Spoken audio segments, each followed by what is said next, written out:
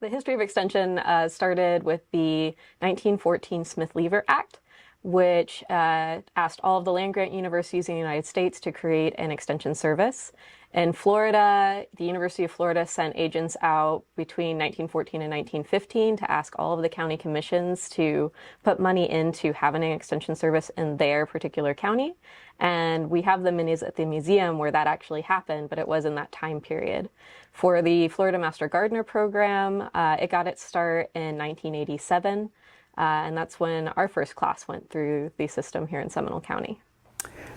I graduated in 2018, but before that I was a Master Gardener for 6 years in New Jersey. The program was established with many of the same programs that we have today. The groups of people who have come in since I started are full of enthusiasm. They are creative people who are willing to put in the work to make changes to a lot of the programs that we have and improve them along the way, such as the Expo, which I'm involved with. We've made great changes and expanded on it. The various gardens that we have, the school programs, all of these are run by people who have great passion for their programs. And I also think that the extension agents that we have here in Seminole County have a great deal of enthusiasm for their different areas and love to include the Master Gardeners in their programs. The program to me was a learning opportunity to become, for something to do when I retired, because that was when I retired. And so the program then was similar in many ways, but a little less formalized, a little less professional than it is now. A lot of the programs, the follow-up, the weekly newsletter from our extension agent, a lot of communication, a lot of professionalism among volunteers. I have said in the past, I'm impressed with how professional most of our volunteers are, and we come from all different tracks of life and professions ourselves. I graduated in 2018. I'd like to say that the pool of Master Gardeners has definitely grown, and we have more a representation of more ages across the board. The expo, I also wanted to add, was one of the best we had this year. And the reason I bring it up is because there were not only more people who appreciated the variety of plant vendors and guest speakers, but also there was a positive feedback in an awareness of the presence of the Extension Office. So the current course is taught in two separate ways depending on the year. In even years, we teach it in person. It is 6 weeks, twice a week, full days whenever we're teaching it. And it really immerses you in the material. We get speakers to come from the University of Florida and talk about their expertise. In odd years, we teach it as a flipped classroom. So the lectures from those experts are pre-recorded, and then we meet once a week in the evening to do the hands-on activities for that particular section of classwork. The course material covers everything from basic botany to turf grass to vegetable gardening and fruit gardening to how do you attract pollinators to your garden and everything in between. So it's really trying to give you a good foundation on horticulture here in Florida. Okay, I do the herb garden. The purpose of the demonstration garden is to inspire people to learn about herbs, how to grow, and we are really touching the culinary uses of the herb, how to use it to spice your food and flavor your food. The purpose of the pollinator garden is to show our visitors the plants, including native plants, that they might want to use if they decide to add a pollinator area to their home landscape. Birds, bats, bees, butterflies, beetles, moths, and other insects benefit with habitat, nectar, and pollen that we provide when we plant these plants in our landscape. not only do you enjoy a pop of color, but you'll also enjoy the visitors that you see. And we weed and we deadhead our plants and we water and trim and just basically maintain a healthy environment for our pollinators. So Help Desk is probably one of our principal means of outreach to the community. We offer contact through telephone, email, and we really love people that come in person. And in fact, a lot of times that's really the best way to help them out. We cover pretty much every aspect of landscaping. We can answer all of your questions on your turf, your trees and shrubs, your vegetable garden, house plants, container plants, hydroponics, any sort of thing that grows, we can help you with. So we handle questions on your turf problems, disease and fertilization schedule. We deal with how to set up a garden, a vegetable garden, how to deal with the pests and diseases that come with there, because this is Florida and that happens a lot. I would say overall, Help Desk is one of our best means. Like I said, we have the office here, but we also have outreach with mobile Help Desks at, for example, Lowe's and Home Depot's. Almost every Saturday at one of those locations, we have a team that's there for 4 hours answering questions from the public. I would say we answer questions. Sometimes the answer is, I don't know. We joke about that because we're not going to take the chance of giving you wrong information. If there's something we're not particularly sure of, we're going to research that and get back to you. And that's not a problem because we have a wealth of resources.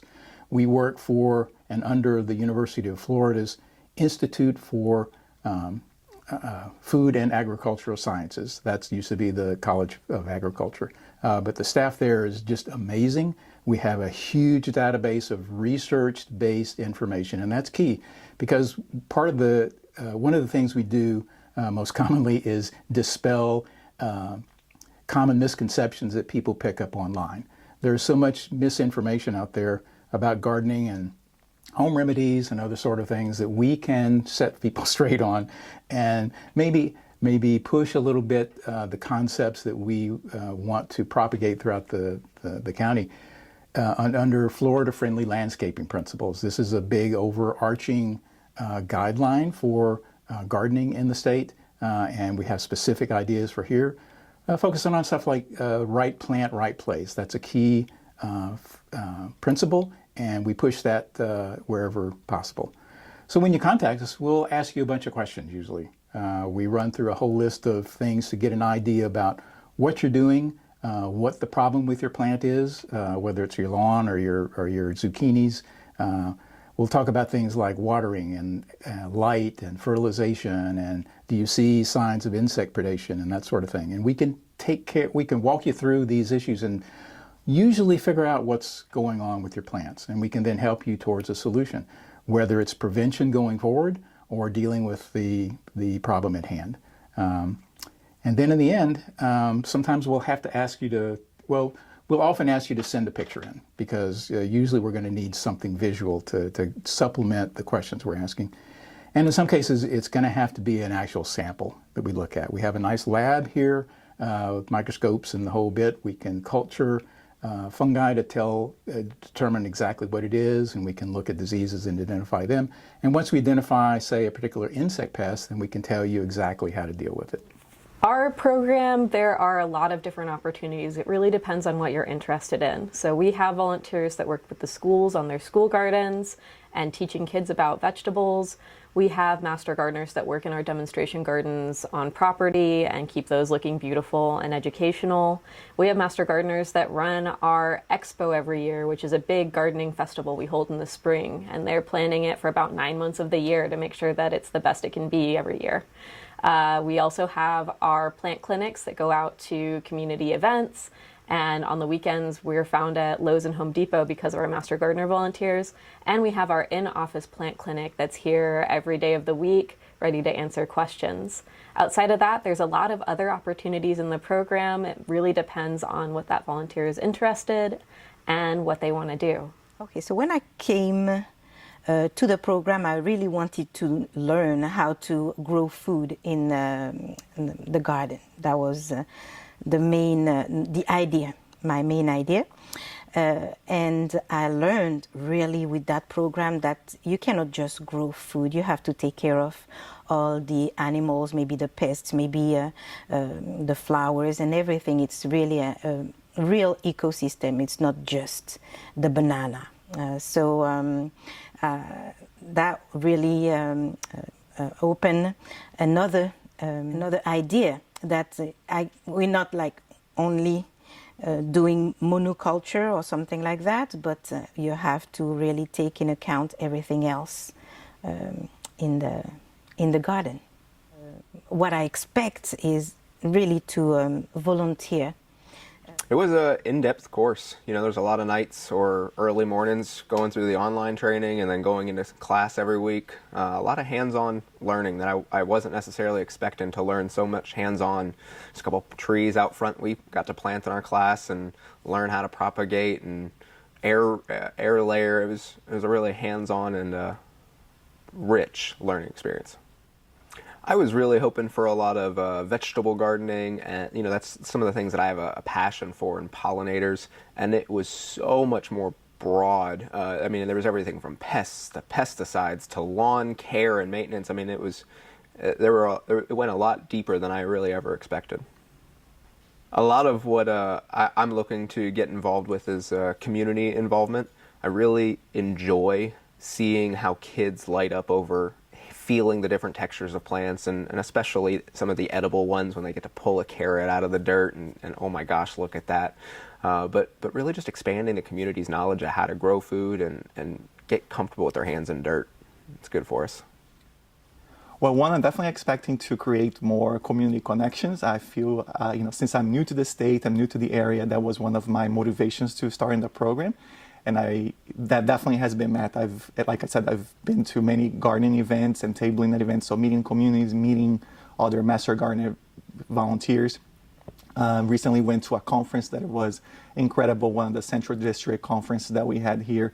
So not only had a chance to build deeper relationships with the volunteers from Seminole County, but I got to meet volunteers from other counties here in the Central region.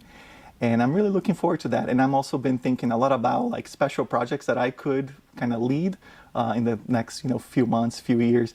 And I'm really looking forward to that. There's so much that's already going on that I can just jump in. But I'm also trying to think of things that I can lead and become more of a leader in the program.